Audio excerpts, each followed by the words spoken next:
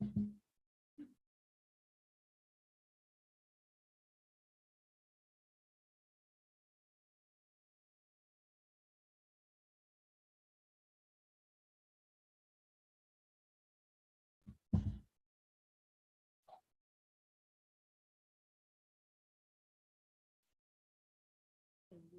agarro para la presentación.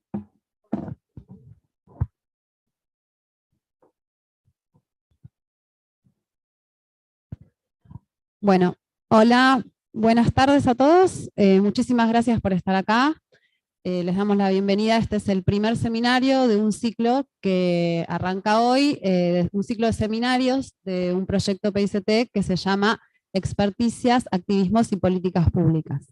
Este proyecto PICT lo codirigimos con Lucía Romero, Gabriela Bortz y Mariana Di Bello, en conjunto entre el CENIT de la Escuela de Economía y Negocios de la UNSAM y el Instituto de Estudios sobre Ciencia y Tecnología.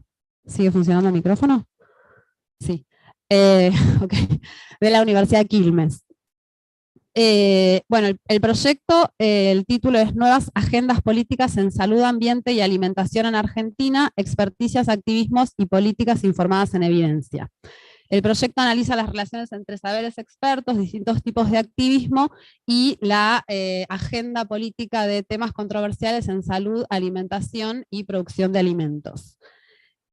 Bueno, hoy tenemos acá al profesor Scott Frickel, profesor de sociología de la Universidad de Brown, para abrir este ciclo de seminarios, que nos va a hablar sobre la sociología política del activismo experto.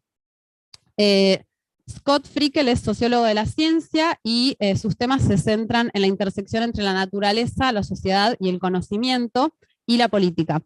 Es autor de diversos libros, el más reciente se llama Residuos pensando en los entornos químicos. Y uno de los desarrollos más interesantes de la producción de Scott es su teoría sobre la red de expertos movilizados, en la cual trata de analizar la relación entre expertos y movimientos sociales en distintos tipos de conflictos. A partir de estudios en Estados Unidos y en Argentina, Scott va a compartir con nosotros algunos de los desafíos metodológicos y teóricos que se presentan al momento de abordar analíticamente este objeto de estudio, que sería el activismo de los expertos. Scott es el primer autor en presentar un abordaje colectivo a este fenómeno. Scott plantea que hasta el momento se han estudiado principalmente el accionar de algunos expertos con un perfil público muy alto y que están comprometidos por mucho tiempo en los movimientos sociales, y que en general de este modo se dejan de lado las múltiples formas de activismo y sobre todo las relaciones entre los expertos. Por eso nos va a hablar de una red de expertos movilizados y por eso el abordaje es colectivo y sociológico a este fenómeno. Entonces, bueno, justamente desde su teoría, él intenta aportar a una mejor comprensión de los procesos políticos e institucionales que moldean este tipo de acción colectiva y el impacto de esta acción colectiva de los expertos en la sociedad y en la ciencia y la tecnología. Bueno, desde 2017 trabajamos junto con Scott en un proyecto sobre las redes de expertos movilizados en el conflicto por uso de agrotóxicos en Argentina. Y es un proyecto que ha sido financiado por la National Science Foundation y que su objetivo principal es analizar la estructura y la dinámica de las redes de expertos movilizados en este conflicto en Argentina.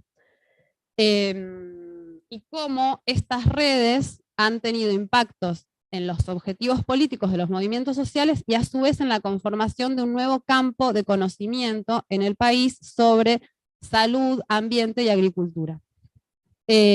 Bueno, sin más, ya no sé si hay alguna consulta sobre esta introducción, sobre el trabajo de Scott, si no ya los dejo con él. Bueno, muchas gracias. Thank you.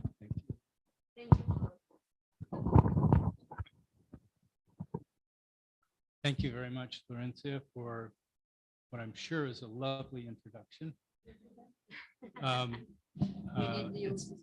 Okay.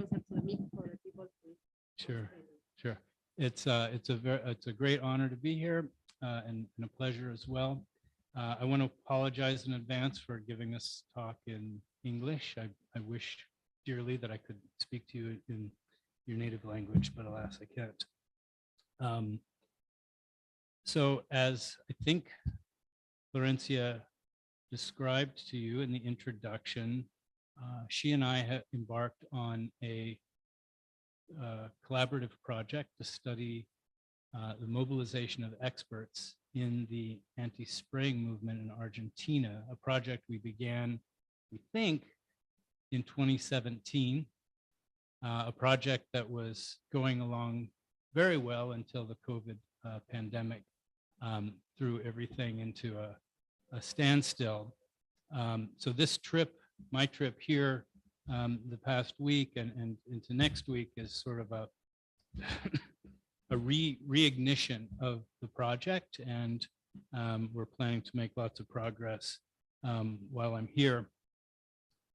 I want to talk today very generally and to provide kind of an overview of our thinking about the role of experts in social movements insofar as it tells us something about the larger relationship between science and society.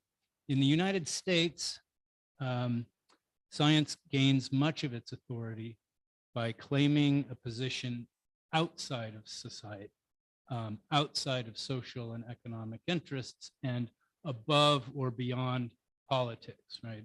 Science insulates itself from those messier social concerns. My understanding is that this situation, this position taking of science is also often the case here in Argentina. The experts we have been studying in this project suggest that this view, this sort of common, almost taken for granted view of science's relationship to society is quite wrong.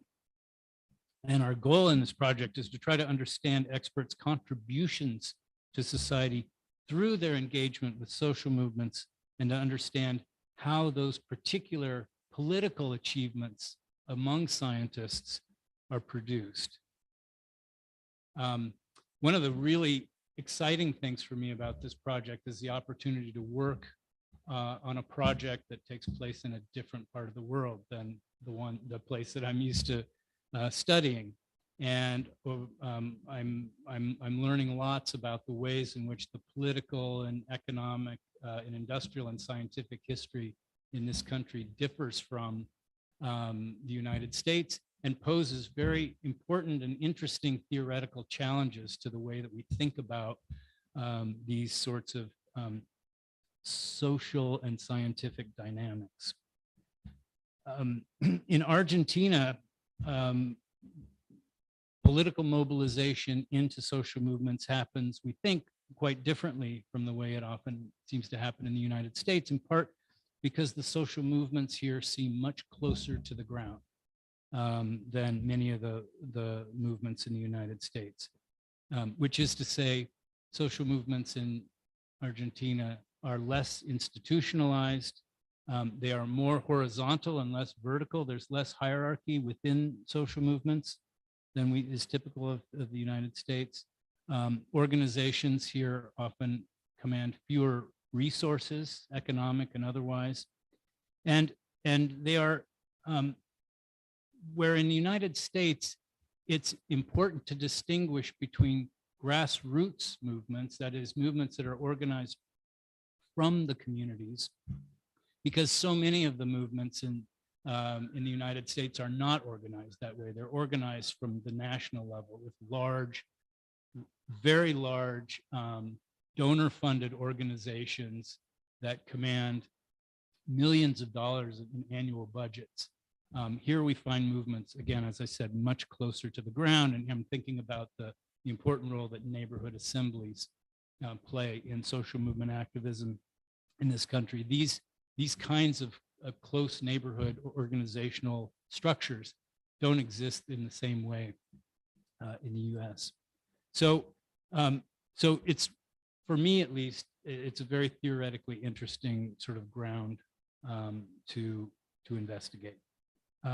So what does an expert activist look like?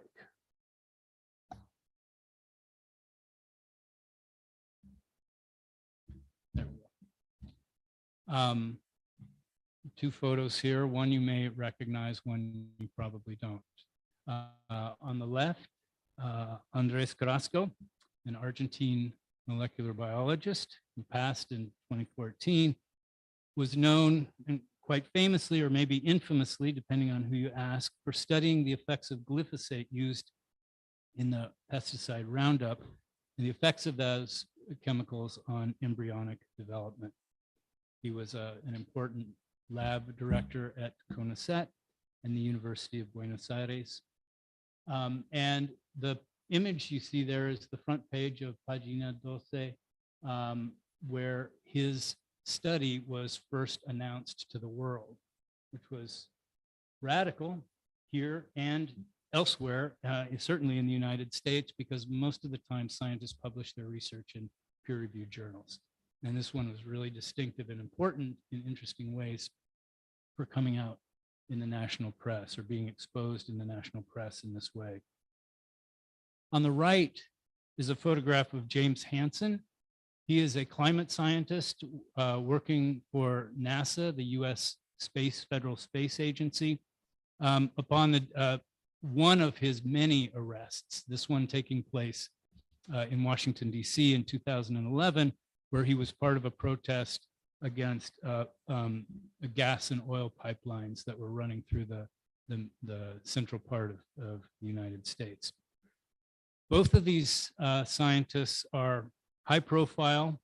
They have national and international reputations. Both of them risked harm to their professional reputations and more to protest what they saw as political and environmental injustices. Both, by almost any reckoning, are expert activists, people who combine scientific research and expertise with social movement protest. And so I want to sort of spend the rest of the talk today thinking about what do we do with people like this? How do we conceptualize them and fit them into a broader political sociological framework that will allow us to understand the dynamics of expert activism within the context of not just social movements, but the larger civil societal struggles for justice and peace and environmental quality. So we're taking a political sociological approach in our work, and this means paying close attention to the institutional configurations of power, knowledge, inequality, and the circulation of knowledge, and to situate that expert activism in larger, broader social and historical contexts. And here I want to take a moment to sort of acknowledge and draw on the work of David Hess, a science studies scholar at the Vanderbilt University in the United States, and his concept of epistemic modernization. What Hess describes as epistemic modernization involves three broad historical challenges that have really, in some ways, sort of radically shifted experts or scientists' relationship with the larger society. And Hess points to the commercialization of science, primarily since sort of the neoliberal turn in the 1970s and 1980s, as universities, academic research, scientific research more generally becomes more deeply and deeply indebted to and reliant or dependent upon commercial capital. Commercializing, patenting, and transforming scientific findings into marketable commodities is becoming an increasing logic that drives academic science. We see this going on a lot in the United States, and I understand it's happening here as well. So the commercialization of science and the infusion of scientific research, not logic and knowledge, with an incentive to generate profits is an important factor that's sort of changing the terrain in which science is produced and debated and circulated. Another important change is what Hess calls the scientization of policy. That is, public policies, social policies, environmental policies for sure, have in the past decades, and I'm talking now 40 or so, 50 years, so the past long while, have become increasingly debated as technical issues, understood and framed in terms of the technical issues of science and engineering. And with the scientization of these public policy debates, the terms of the debate get framed by experts, not by citizens in a democratic society, but get framed by experts and get often settled by experts. So you have a case in this situation in which public policy debate and process is getting ripped out of civil society and sort of sequestered in spheres of expert knowledge, where experts understand the problem, define and frame the problem, and decide on what solutions are best for the rest of society. It invokes an anti-democratic sort of move within science. At the same time, a countervailing force that Hess describes involves the increasing public participation in policymaking. So as public policy and social policy becomes increasingly less accessible to the public is responding with protest, right?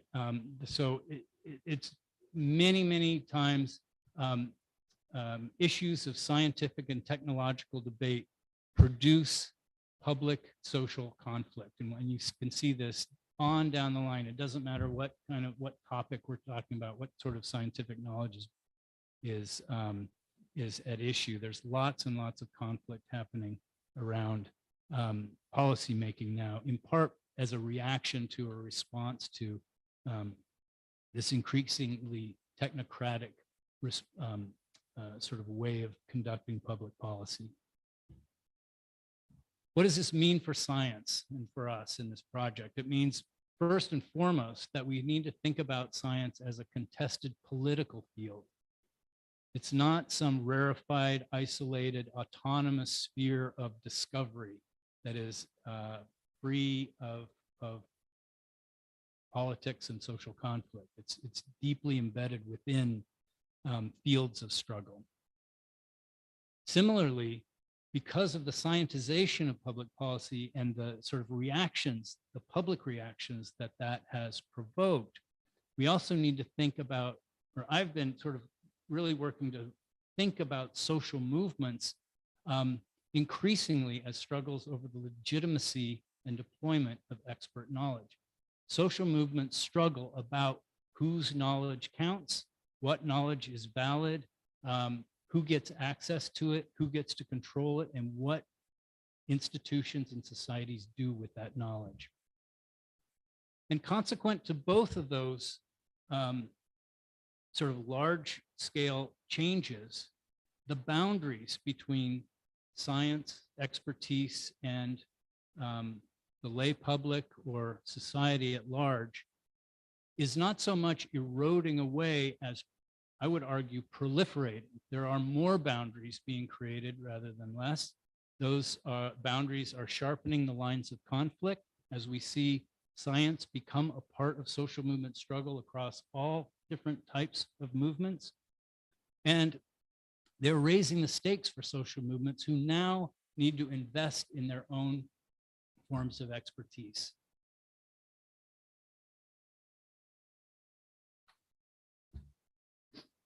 So this way of sort of framing the larger problem raises a number of questions that Florencia and I are sort of posing in the study that we're conducting now in Argentina about sort of the role of experts in movements, given these larger social and historical changes that I've described.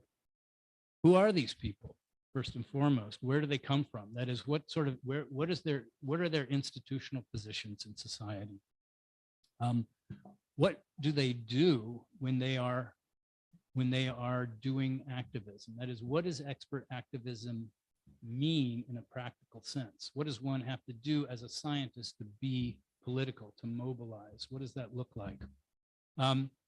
We're also very concerned or interested and concerned in thinking about whether or not their involvement, the mobilization of experts actually makes a difference or not. What do scientists do? What do they contribute to social movements? One could imagine not much, possibly, if they go about it the wrong way. And oftentimes in the current literatures, experts who are activists are celebrated as these brave individuals who stick their neck out, go to great risks of their own sort of personal, professional reputations to make change in the larger society. Do they really? And it's an important empirical question. And then we're also asking, because we're studying a movement that began in the early 2000s and is now sort of stretched over 2 decades, how has expert activism in the anti-spraying movement changed over time? What does that tell us about the sort of the changing institutional dynamics of this larger phenomenon? So we don't have good answers to those questions. And I think an important reason is because we lack an institutional or political sociological understanding of expert activism as a social process of collective action. Oftentimes in extant research, individual scientists like Carrasco or Hansen are held up as sort of exemplary of this sort of type of scientist. But it reduces this idea of expert activism to a set of individual beliefs, morals, decisions, and behaviors. And I want to suggest today that that's an insufficient or an unsatisfactory way of understanding what we're looking at here, and to suggest instead that expert activism is a fundamentally social process that is grounded in institutions, and as I will argue later, networks. And we need to think about how to study those networks, how to find them and how to study them. So we don't know a lot about this sort of collective problem of expert activism for a couple of reasons. The first is that most of the studies we have focus on particular social movements, but not on the experts that are both inside them, marginal to them, and sort of working in conjunction or in alignment with those movements. This approach, sort of the standard approach for thinking about and investigating expert activism, captures the experts who become visible within a particular movement or within a particular episode of conflict. But we don't see all of the experts. It doesn't capture all of the sort of full breadth of the phenomenon. The other reason, I think, is that mobilized experts are difficult to study because they're difficult to identify. Many of these people, at least in the United States, are not so eager to get public attention about their political work for reasons that we can understand. It is professionally risky. We know this is true.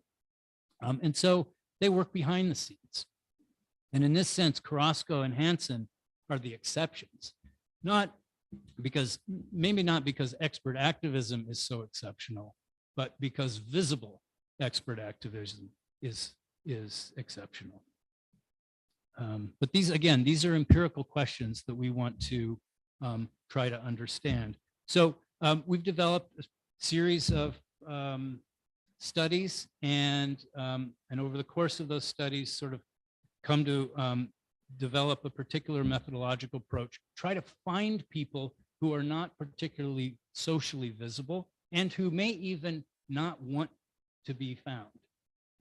In other words, I think it's hard to study expert activism in part because you're studying up, and it's always hard to do social research on people who are positioned above you in a social or cultural or political hierarchy, but also because these people, again, are not eager to be found.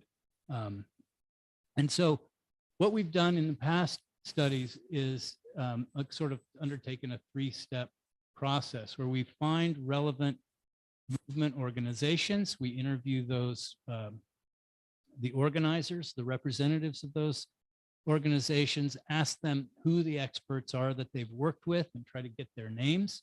Then we'll move to those people, contact those people, ask them about their lives, their political experiences, the like. And at the end of the interview, ask them, who else that you know does this kind of work, this kind of activism? Can you tell me some other names? And we generate, and we can continue to do that sort of iterative process to generate longer and longer lists of names of people who others have recommended to us as sort of counting as an expert activist.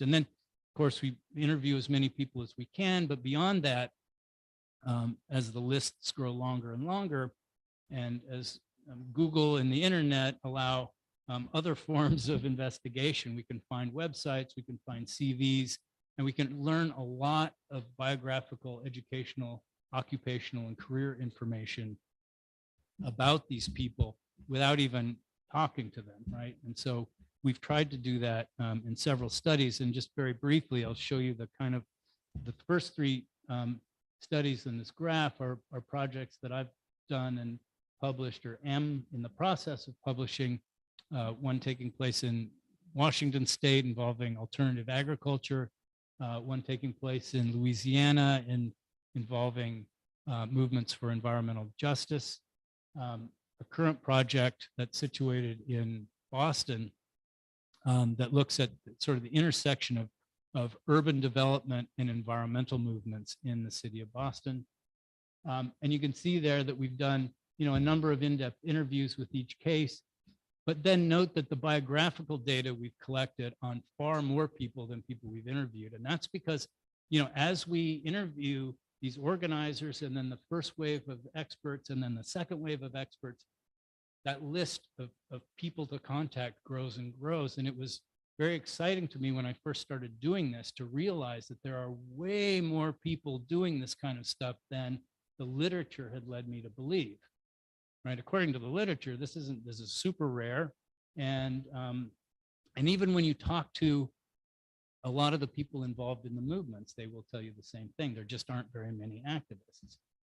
And so, which raises interesting questions about the structure, if they are actually organized into networks, as I'm sort of hypothesizing, the question is, what is it about the structure of those networks that makes expert activists invisible to one another? So it's an interesting question. I don't have an answer to that, but this is something that we're pursuing. And then, so Florencia, you see the massive contribution that she's made to this project in the 4th column there for the anti-spraying movement. She has interviewed 40 people. I've now interviewed 3 here as of a couple of days ago. She's collected information, or at least now, so I have to qualify this. We have names of almost 2,500 people in Argentina and elsewhere, because sometimes these people are international, in our database. We haven't collected information on them.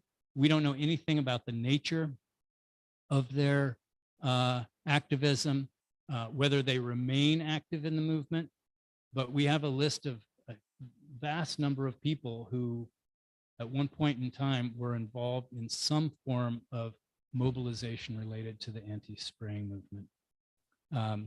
Florencia has also conducted a handful of surveys at different meetings, and we have data from 463 people who've responded to those surveys. We've collected bibliometric data from the scientific literature. I'll show you a little bit of that later. There are almost 1,800 articles on the biological effects of pesticides produced by Argentine scientists. So that's another sort of avenue for finding these people. She's logged in over 60 hours of participant observation, and we have lots of public documents to dig through as well that she's collected. So there's a lot of work left to be done. We've barely scratched the surface in sort of analyzing this data, but this is what we'll be doing over the next couple of years. What I want to do in the remainder of time, and just for a couple of more slides, just talk to you very briefly about some preliminary ideas, a little bit of preliminary data, some preliminary ideas.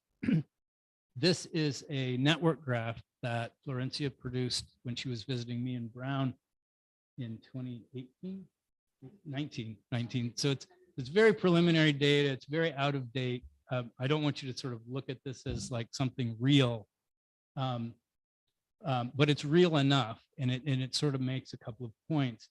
I will say that, so these are the main networks here are what you're looking at are experts who are people who participated in the meeting of physicians of Sprayed Villages in 2010, the Congress of Socio-Environmental Health. There were 3 of them in 2011, 2013, and 2015.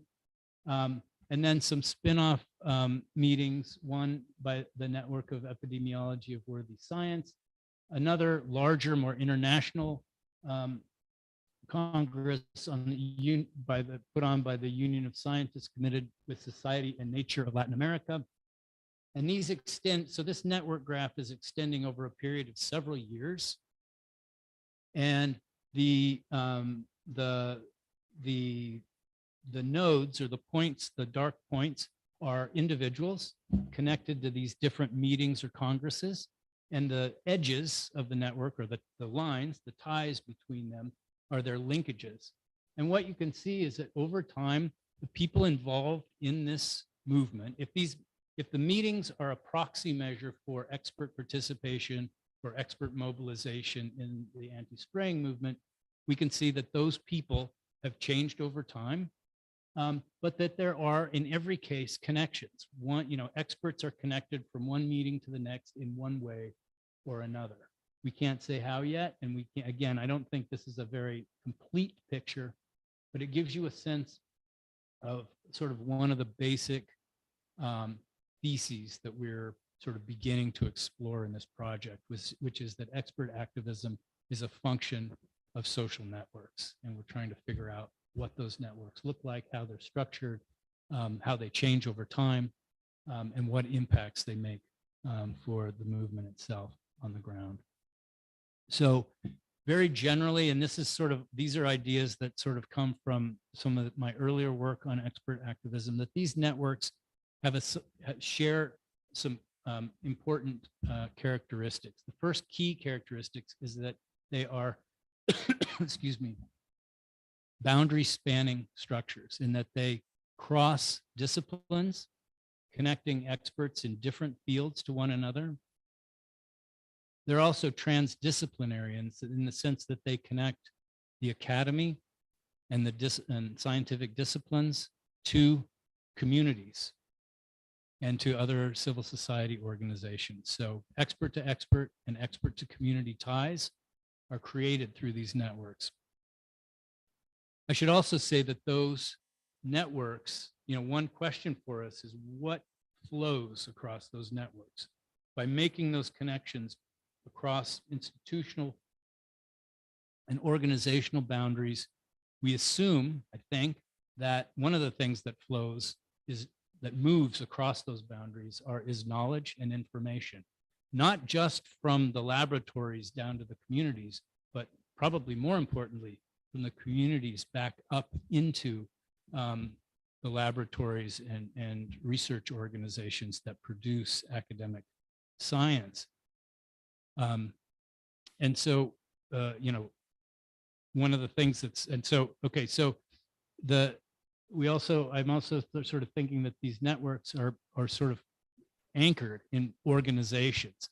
In the graph that I just showed you, those anchors were events, these congresses and meetings and conferences that have been held in the past years. In my earlier work, I found that what I called grassroots support organizations that are sort of not so much community organizations as they are organizations that are specifically designed to sort of bring science and technology into community domains and work with people to sort of understand the science better. I found evidence that particular departments and particular universities can be more explicitly political in the way that they teach and do research and recruit students and recruit faculty. So there are, you know, in the US, there are public health departments in certain universities that have sort of reputations of being politically engaged. Law schools, same way. Not a lot of them, but they're out there. And I think they're important places because they generate knowledge producers or experts or professionals who are inclined toward this kind of work, that they reproduce an activist logic or a political logic into academic training. And I've found the same thing with professional associations. Again, sometimes there are elements or conferences within professional associations that take a more political view of the work that they do. And then the third I think important characteristic, and I've already alluded to this a number of times, is the relative social invisibility of these networks because of the institutional and epistemic stakes involved for these experts. Many of them operate under the radar. And so expert activism, to the extent that it's secretive, backstage, or occurring episodically here and there, not continuously, because they're not paid by a social movement, they're paid by a university to do research. So it may mean that their activism happens every once in a while. All of these kinds of dynamics can make the the network less visible. So what difference do these make? Again, let me give two sort of large, sort of overarching ideas about this, and then I'll present some more specific preliminary findings that Florencia has found in her research to date. Importantly, these networks create bridges between different expert communities, legal, scientific, medical, but also activist communities. And I think those bridges are important. We can talk more about that.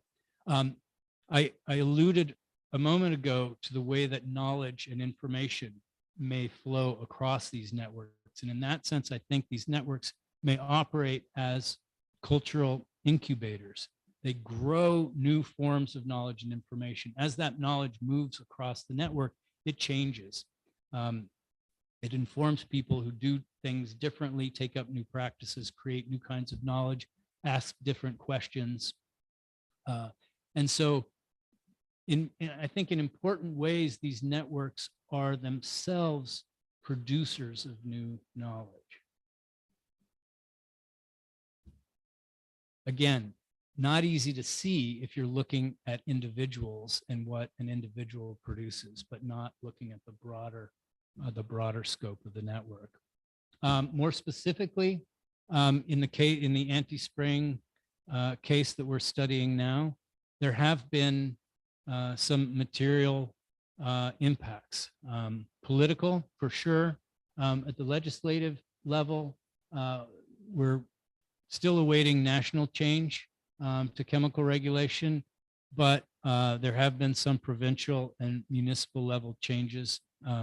Here and there are new restrictions put in place, new rules, new ordinances that municipalities have created to oftentimes, correct me if I'm wrong, Florencia, but oftentimes these ordinances will place a buffer between the community and the fields that are being sprayed and prohibit spraying within a certain distance of people, and particularly children in schools.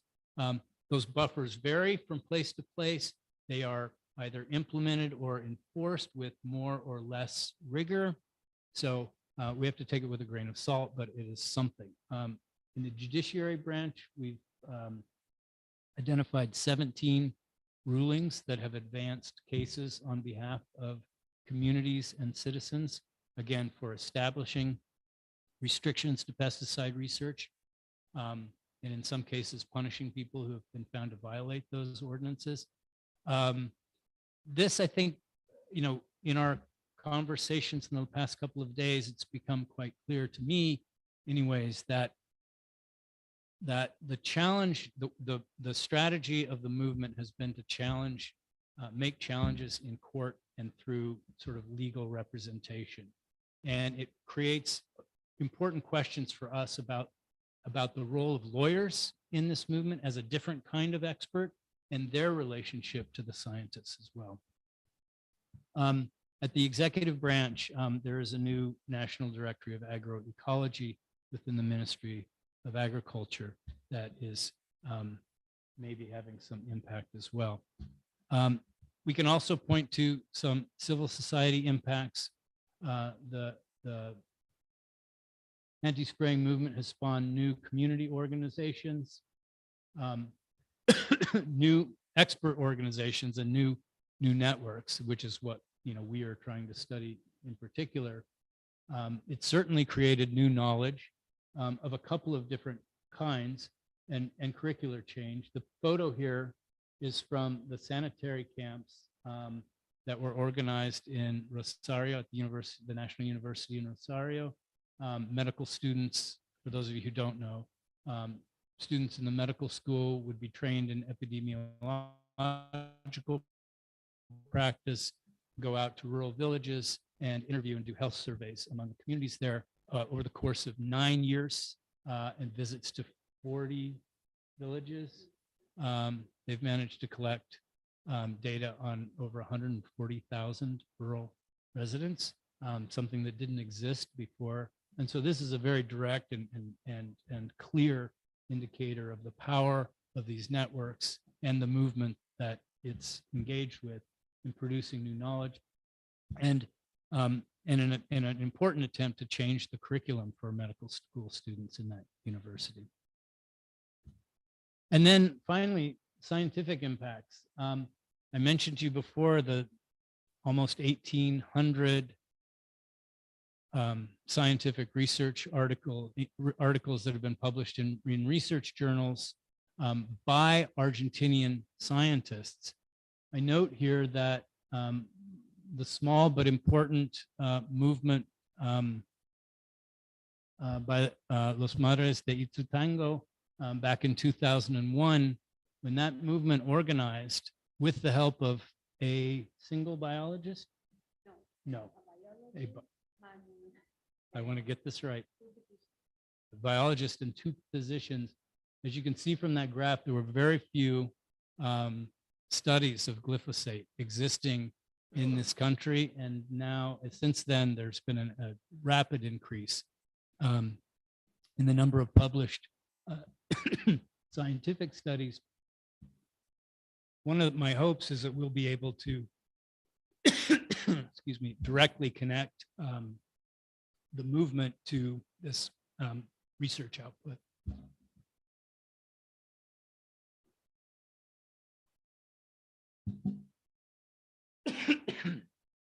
Okay, so actually that's it. Let me thank our supporters.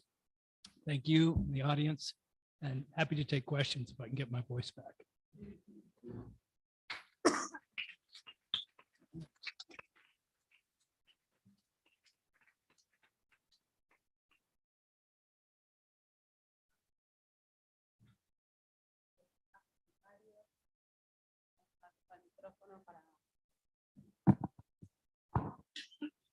Para la gente que nos está siguiendo por YouTube, si alguien quiere comentar algo o hacer alguna pregunta.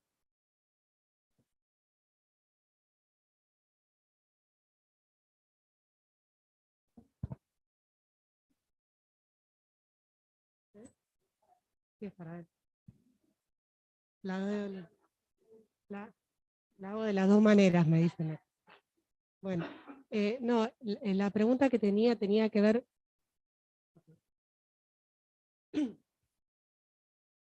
con la definición de, ¿cómo sería en castellano? Experto, activista, experto. ¿Cómo se define, no? Porque una duda que me queda es, hay un montón de investigación científica que nutre al activismo y que no necesariamente implica un experto directamente involucrado personalmente en los movimientos sociales. Entonces, mi pregunta es, ¿qué pasa con ellos? ¿No? Que seguramente son actores que son clave para los movimientos sociales, para generar conocimiento que nutre a esos movimientos, pero que no están ellos mismos involucrados. Voy en inglés. My question has to do with the definition of expert activist. I have a doubt here about what happens with all these scientists that have contributed with a lot of knowledge that is useful for science movement, for social movements, but they might not be themselves involved directly or personally in activism. I imagine that there are a lot of them, particularly in relation to the spray movement. The spray movement is building from a lot of knowledge that have been produced by people that may not be, not just because they, to be an activist, it demands a lot of you, on you. So it's not just that they might not want to risk their reputation, but they might not be interested in that, but they still contributed towards activism. So my question is, who are they? I mean, because you said at some point that you have identified them using bibliographic data.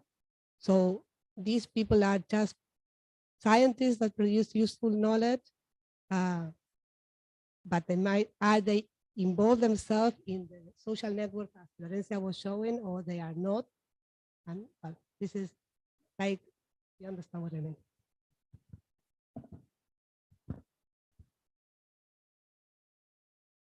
Thank you. This is a question I get a lot. And I apologize. I have a bit of a chest cold. So to clarify, in the research, it's not just that we found their names. We are sort of going on, and so people have told us that these are people that they've actually worked with. So we didn't identify them as expert activists. Social movement organizers did, or the scientists in the first wave of interviews identified those people for us. But it's true that to the extent that we haven't interviewed everybody, we have less information, of course. The larger question, though, is how much and what kind of practice is it required to deserve the label or earn the label of activist? And people will disagree about this. I take the view that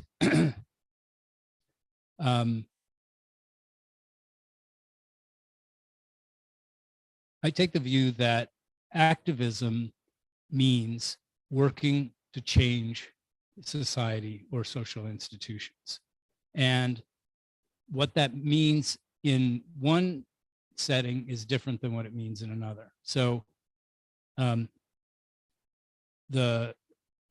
think that a lot of scientists do activist work, not so much by marching in the streets with social movement organizations, but by working to change how their institution produces knowledge, circulates knowledge, and the like. So in alignment with social movement goals and sort of broader goals for political change. And I know that social movement researchers will disagree about that. But, Florencia and I are also sort of talking about, sort of thinking about these networks, sort of with shifting the focus away from individuals to thinking about this as a form of collective action that is organized in networks that are hybrid, that sort of bring together in different ways experts from different fields, social movement organizations, lawyers, doctors, and the like.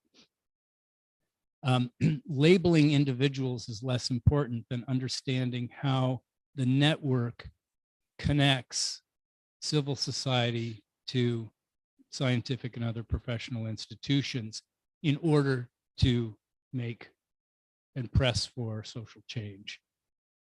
So maybe what we should, stop talking so much about expert activists and start talking about expert networks as they are engaged in social movement change or social change. Also, one clarification regarding Vale's question, because I think you were talking about this, the people who produce the papers. Just one clarification, that we are not considering the authors as involved in these networks.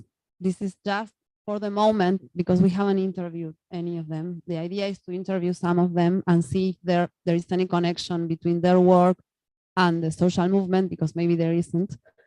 We just mentioned this as an impact of the work of expert networks. So we are not considering these people part of the networks. This is just an example of the impact of networks of experts within the scientific field. I don't know if maybe the...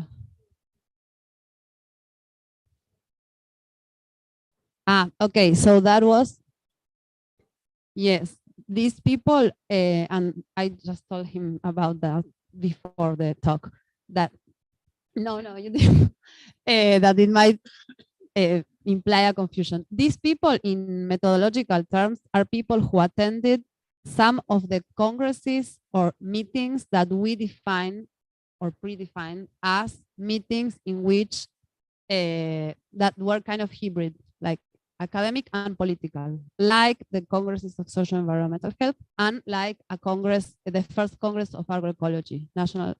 But then we have to maybe filter this data. That's why there is an asterisk there, un asterisco, no sé cómo se pronuncia. But that's like a very general way of taking these people. And then we have to maybe record that a little bit. I mean, this gets to the methodological challenge of finding these people, right? And so one strategy that Florencia developed in this project is to go to these conferences and get the lists of the attendees and then start from there. And so we start with a big net, and yeah, you're probably right. We're not going to end up with 2,400 people in this network. I mean, that's surely true. But that's where we're starting. And it's better to start there than start with one or two people and imagine that you found what you need to find, right?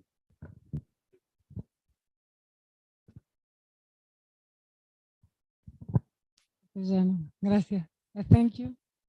Bueno, empiezo en castellano. Yo me hizo reflexionar, escuchar sobre el vínculo entre el activismo o el científico activista y el sistema científico.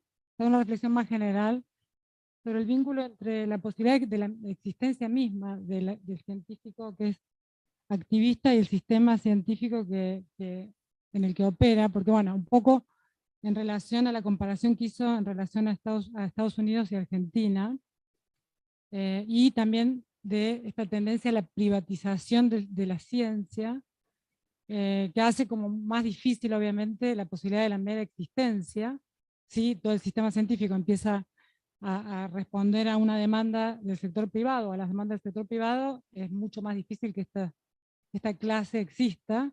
Y bueno, eso me parece que ahí hay una diferencia, que quizás tiene que ver con la diferencia que marca entre Estados Unidos y Argentina y la necesidad de que haya tanto financiamiento allá. Y lo digo también porque nosotros hemos estado recientemente en un proyecto de IDRC estudiando justamente este fenómeno de los científicos que están trabajando para la transformación, en proyectos que tienen que ver con demandas sociales o transformativas, y encontramos que solamente los que están en lo que podríamos llamar el curiosity driven, que está tan cuestionado, son los que están haciendo, los que tienen posibilidad de hacer esto. Entonces, claro, bueno, sí, que bueno, pero ahora estamos yendo de vuelta a decir, bueno, científicos que respondan a las demandas sociales y no privadas, cuando en realidad, bueno. Entonces, bueno, nada, como una reflexión más amplia sobre el vínculo entre la posibilidad de existencia del activismo y la clase de política científica tecnológica, ¿no? Y esa discusión más. Okay, so now in English. So yeah, no, yeah. So yeah, no, it's just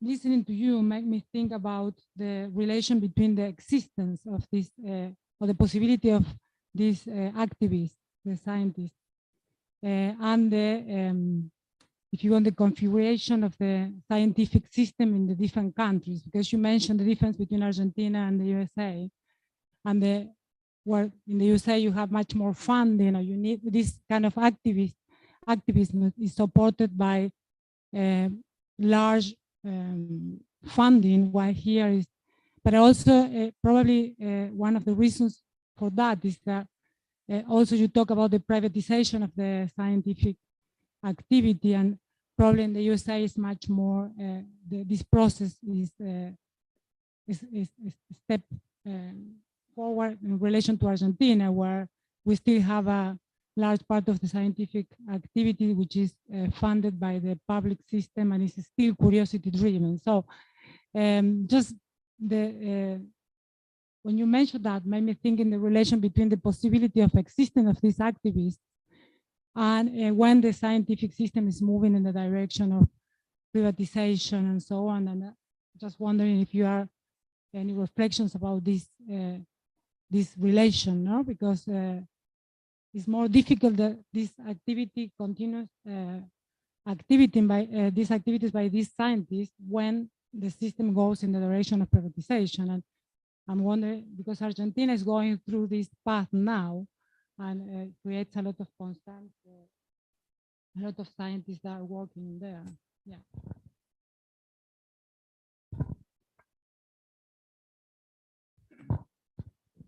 Yeah, well, I think I don't know what my answer will be, but just an observation. I mean, thank you for that comment. And I think, so one of the things that we've seen in the, what scholars in the US have written about the neoliberal university.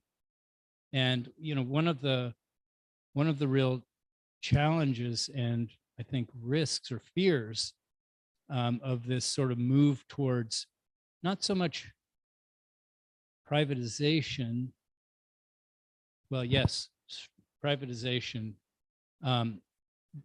but also just the privatization of knowledge that comes from so we still have public research universities and public research, but increasingly that those public monies fund research that becomes privatized knowledge, right, and privatized commodities and technologies. And when a university system shifts its focus to that kind of, to that process, one fear is that disciplines and departments that don't produce marketable knowledge will disappear, will weaken and will not be funded and eventually will disappear. And that's I think that's a real concern, especially in the context of economic shocks that we've had in the past 10, 20 years in the US, but also here.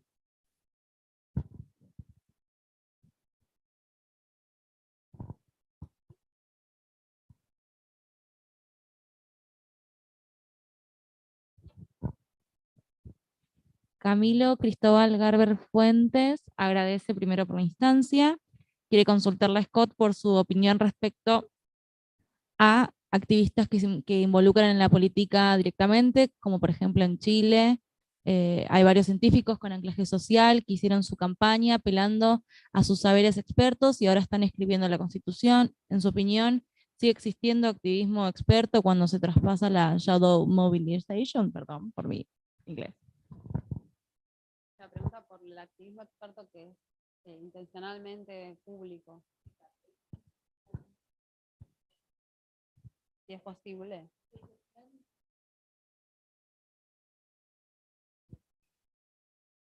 Okay. Okay. He or she, I don't know. He is mentioning examples of scientists who got openly involved in politics in Chile with the recent change in the political system, and they overtly openly showed their support to a specific party, and they participated in elections using their scientific authority to gain legitimacy. And then they participated, like they are right now writing the constitution, the new constitution, together with other non-scientists, let's say. So he's asking, what is your opinion if it is possible, if expert activism is possible beyond the shadow mobilizations? Si es posible, ¿lo traduje bien? Okay. But the example suggests that the answer to that is yes. These scientists are doing just that, although it's not clear to me whether they're, so, you know, in the United States, I have a very sort of specific view of how social movements work, in that in the United States, social movements work outside of regular, formal, institutional political channels of politics. And I think here it's different, that party politics is deeply wrapped up with social movements. And so it's a very different context. So I wouldn't want to try to sort of say too much about what's going on in Chile, except to acknowledge that I don't understand as well as I might.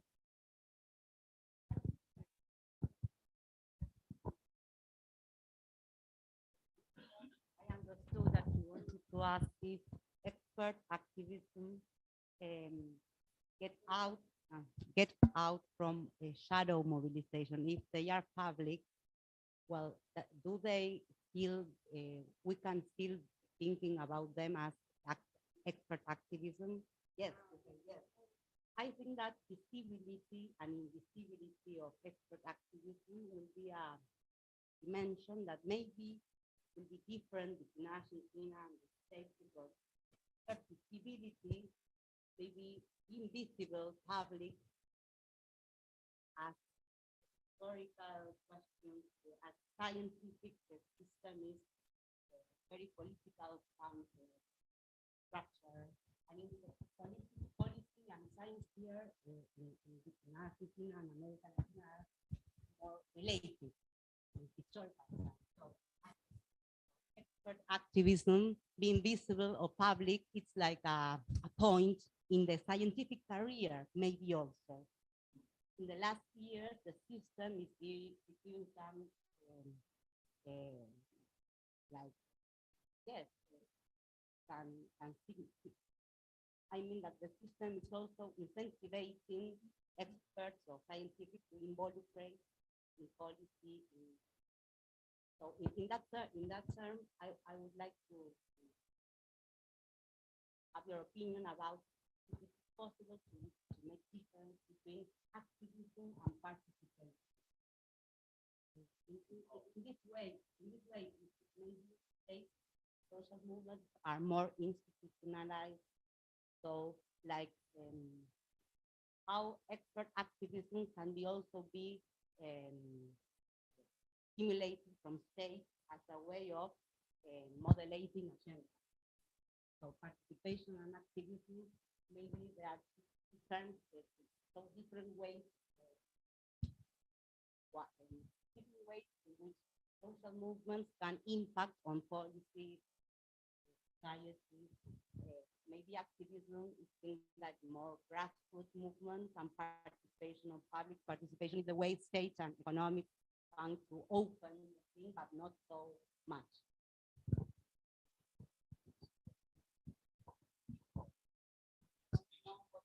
Yeah, I think it makes a lot of sense to me. I mean, since just in the week that I've been here, it's become very clear that party politics and social movement politics are deeply intertwined here and part of the same process. And that's not the case in the United States. Everybody does party politics, but social movement politics are different. And so, yeah, that's an important distinction.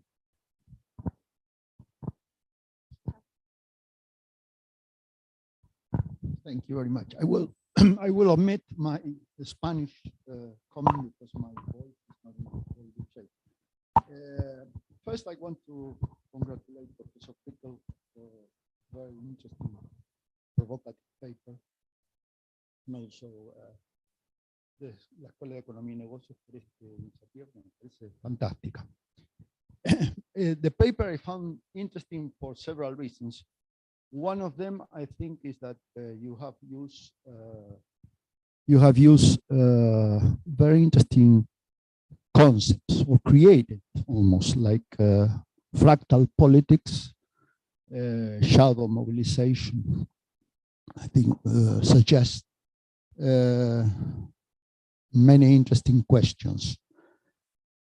One question derives from derives from the fact that I think that fractal politics is not a phenomenon which affects only social movements. I think we are moving into a world in which almost all politics is fractal, and in the sense that it's very different sort of lines and intentions and as you say, distances are combined between the different actors and between the different issues,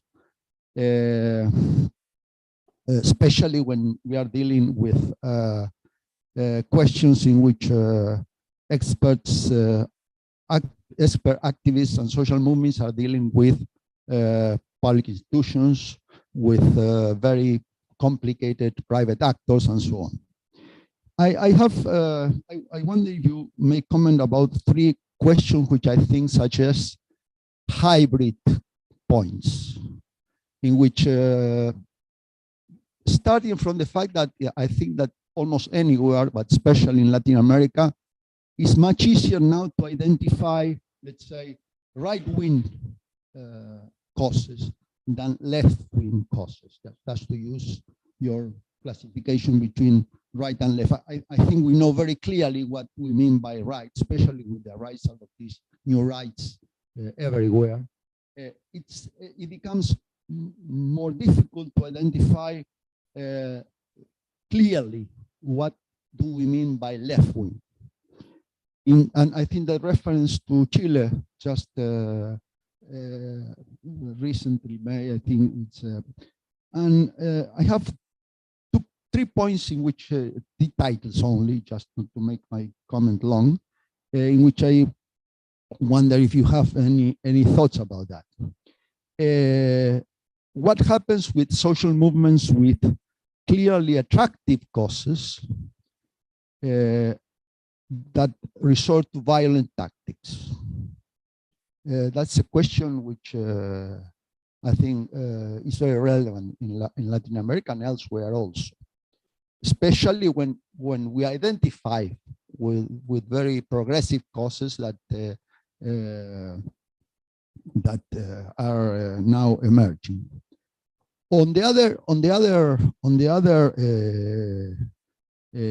other extreme, there are also instances in which a lot of the activism relates to areas in which left and right are combined. For example, police action. You may find that police action is there are demands of political abuses, police abuses that are raised by many people for different reasons. Also, demands for police protection, which sometimes contradict. What do you think about activism in that respect? And finally, the question of that in Latin America, perhaps not as much in Argentina, although maybe there are some examples, but in countries like Brazil and Colombia, you find that many activists are working in very dangerous environments, in which they are even risking their lives. No, like I don't know, in Chocó, in Colombia, in Pará, in Brazil, whatever. So how would you react to not to react, how to incorporate into your analysis also to detect, because it may be that some of these things are very difficult to detect, and that you are not going to find them in conferences and so on, no? So I wonder if you have any reaction to these comments. Those are, thank you for that comment. Those are really fascinating set of questions. I haven't thought a lot about this issue of movements and contexts where violence is an overt strategy or tactic, or situations where the structure of threat is high. And, you know, I guess I have some very, with respect to the involvement of experts in those kinds of movements and how that might work. So my comments are not informed, they're just sort of off the top of my head. I do think that in the history of movements involving science, you can find examples where violence is a strategy. I'm thinking of the anti-vivisection movement in the US and Europe, where they're protesters have destroyed laboratories and the like, where animals are sacrificed for research. And that movement goes back into the 19th century. I'm also in environmental movements as well. There's frequently, I mean, they may not, violence has a long history in environmental movements around the world. And sometimes scientists have been the victims of that violence perpetrated through those movements, or against those movements often. I'm also thinking of, in the United States, of Black Lives Matter, the movement that rose 5 years ago to protest police abuse. And, one of the, I didn't talk about this today, but, the kind of assumption of a lot of this work, or an assumption underlying a lot of this work, is that experts with specific skill sets will be drawn to particular kinds of movements where their knowledge is particularly useful or strategic. And in the, anti-racist movements that have arose in the United States, it strikes me that that social sciences are particularly well equipped to sort of engage. And I suspect that if we studied Black Lives Matter, we would find social scientists working deep inside that movement, as well as I know that graduate students and medical students in the US have organized around questions of anti-racist practices and curriculum, changing curriculums in universities and the like. And so it's a really interesting question. I have to confess, I haven't thought a lot about that. Although, there's a lot of food for thought there. So thank you.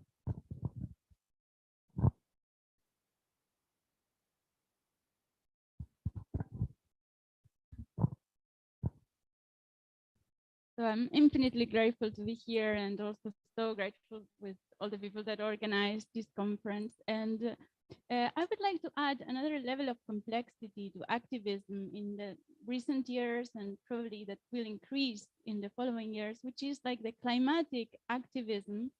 In many respects, it could go together with environmental issues, but in many respects, it doesn't. I mean, in many respects, like, for example, promoting biofuels made of soya, transgenic soya with glyphosate, and also regarding food, there's been a great increase here of the vegan movement, which was like something not so common before in Argentina. But in many respects, I have the impression that it could go together with agroecological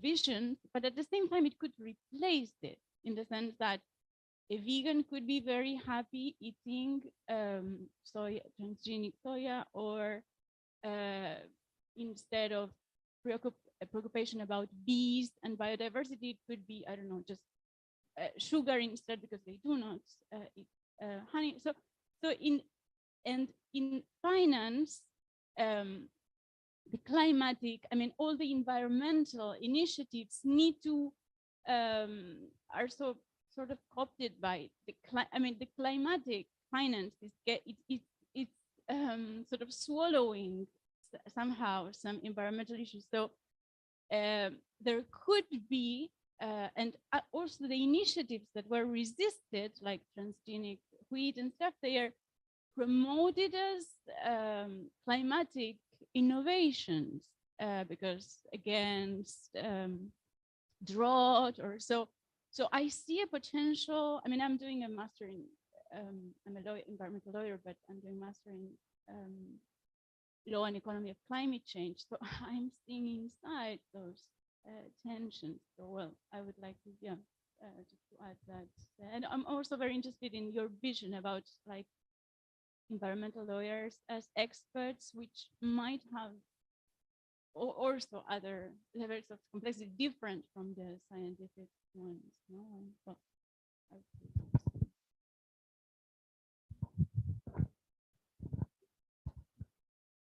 Thank you for that question as well. You know, while you were talking, my thoughts went to the way in which these movements are proliferating, they're intersecting and creating new tensions, new lines of conflict.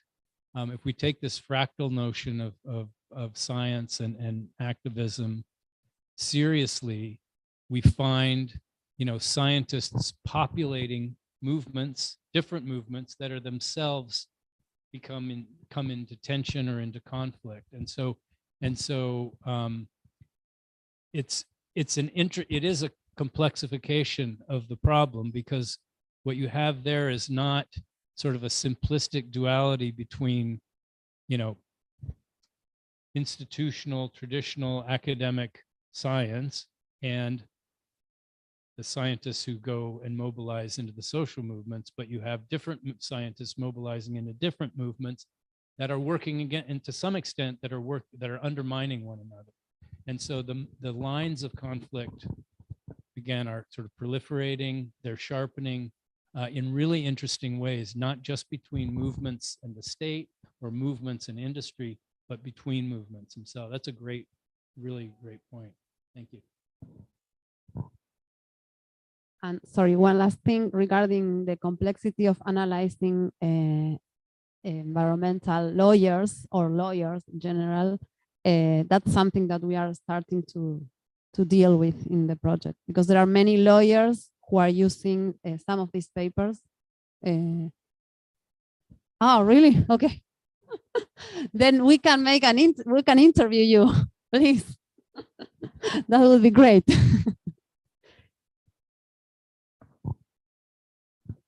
Well, so thank you for your talk. I've been dealing with your papers for a short time, also investigating the bioeconomy as a model for development, as we spoke earlier.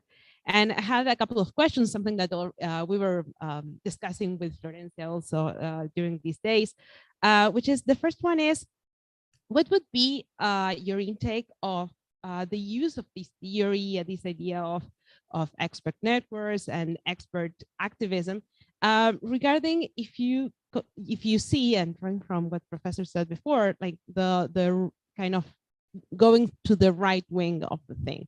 And in this case, in the bioeconomy, you've been seeing like this very dense network of experts, some more visible than others, some very visible, that kind of draw from these points that you mentioned from David Hess on epistemic modernization, on the commercialization of science and the scientization of politics, and putting this bioeconomy as a model for development as a matter of expert decision, like in a technocratic way, not open for debate.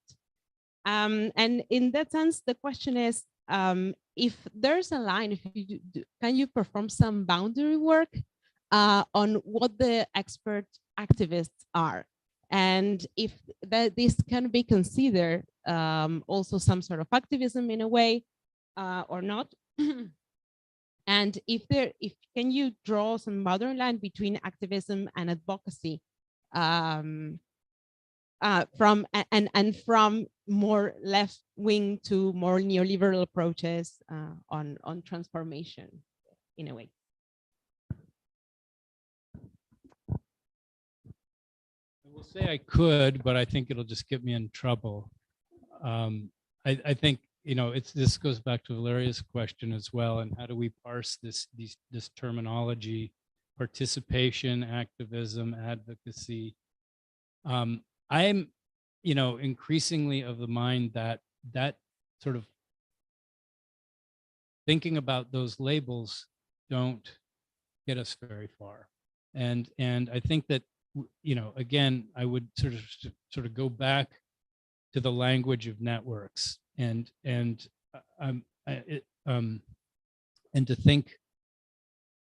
not think about this phenomenon as an individual, as about people, as about individuals, but about a broader social phenomenon. And so in that sense, you know, in one sense, I guess it means that how you, whether an individual considers themselves a participant in politics or a social movement activist or an advocate for social movements matters much less than how they are connected to other experts and what that collective does to produce social change. So I definitely dug a hole for myself in some of my earlier work that I'm now trying to dig my way out of by with this labeling problem that I've created. So yeah, thank you though. Yeah, yeah.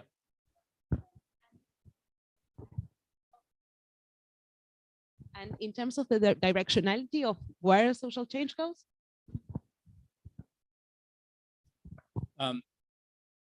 Yeah, again, the movements that I've been in, or not again, but the movements that I've been studying are really focused on creating grassroots social change from the left. But it's very clear in this room and just in the world today that right-wing movements are increasingly visible, powerful, important, and making real inroads all around the world. I'm thinking of the work that some of my colleagues at Brown have done studying the movement of climate denialism. And this is also a social movement, very much so. It's not a grassroots movement. It's anchored in very wealthy right-wing think tanks, foundations, industrial headquarters, and they've waged this movement. The primary tactic of this movement is science, is to mobilize studies that cast doubt on the reality of climate change. And it's been incredibly effective in the United States. And so, you know, some of my colleagues there have studied this, have studied the foundations and the how this movement has organized itself over the years and where the money comes from, tracking the money. And it goes very deep and very far, way beyond the handful of fossil fuel companies that you immediately think of. Transportation, construction, all of the major industries have their fingers in this in the United States and are funding this kind of anti-environmental sort of work. And a lot of it happens within science.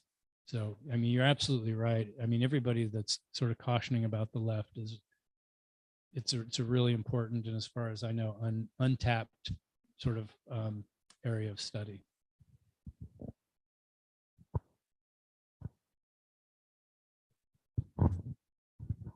Well, thank you for the presentation and the initiative. I was wondering if you could tell us more about the process of new knowledge production and the relationship between the knowledge, the expert, and I know you are focused on the networks, but I am more interested in the relationship between these experts and the community they are engaged with, or the rest of the movement, because I see that there is a really powerful but also asymmetrical relationship, and what are the tensions and challenges that emerge in that process. Thank you.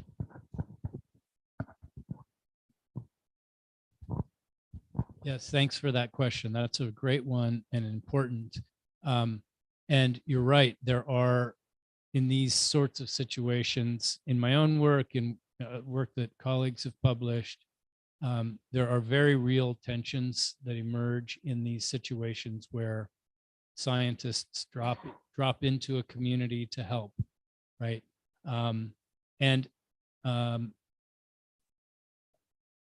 You know, one of the things that I come back to an interview that I did many years ago with an environmental justice organizer in Louisiana.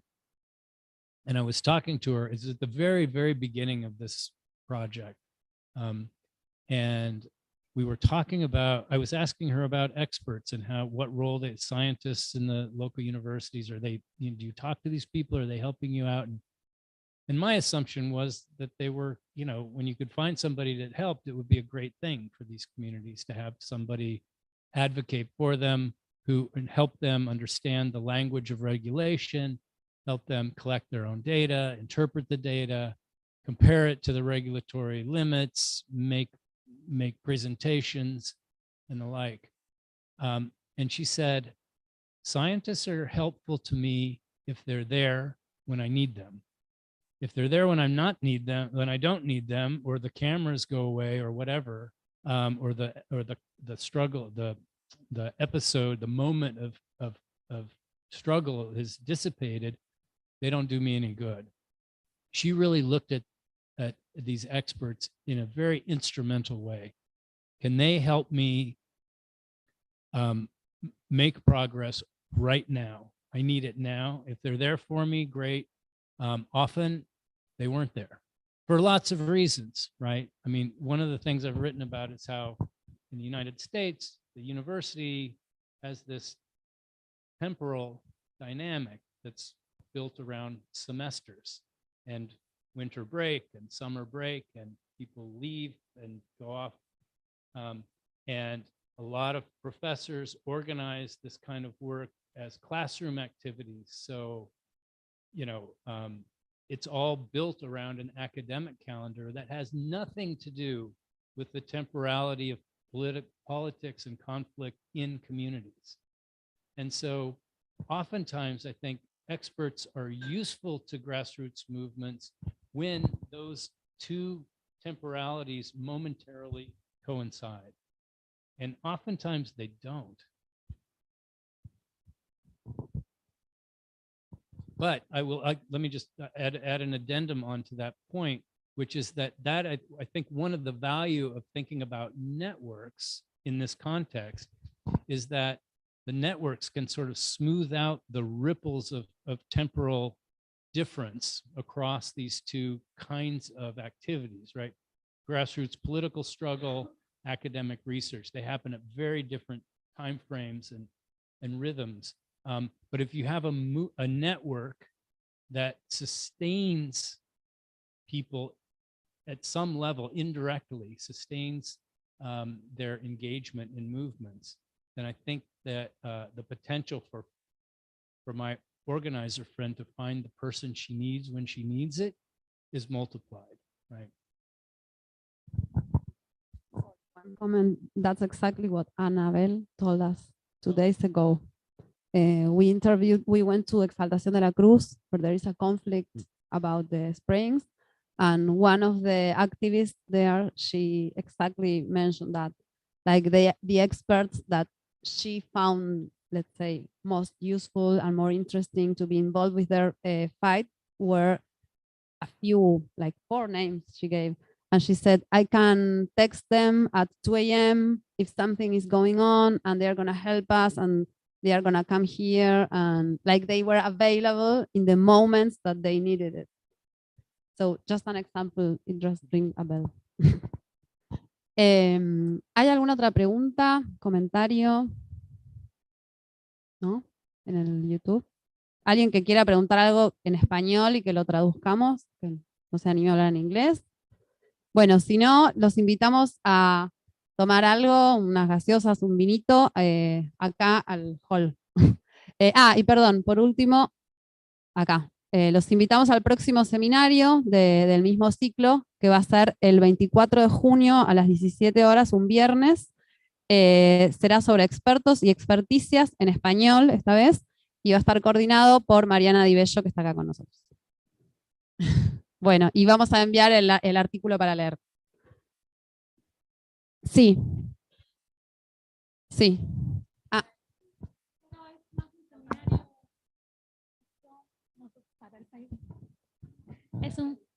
Es un seminario más de formación dentro del PICT que estamos co-coordinando nosotras 4, y la idea es trabajar sobre textos pioneros de estos temas, sobre todo con el autor Diane Wine y su texto sobre Chernobyl y la nube tóxica y Epstein.